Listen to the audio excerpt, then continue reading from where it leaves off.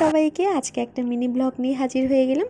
আমার আরেক ফ্যামিলি, সেই ফ্যামিলি মেম্বারের একজনের ছিল আজকে স্পেশাল ডে, স্পেশাল আজকে বার্থডে।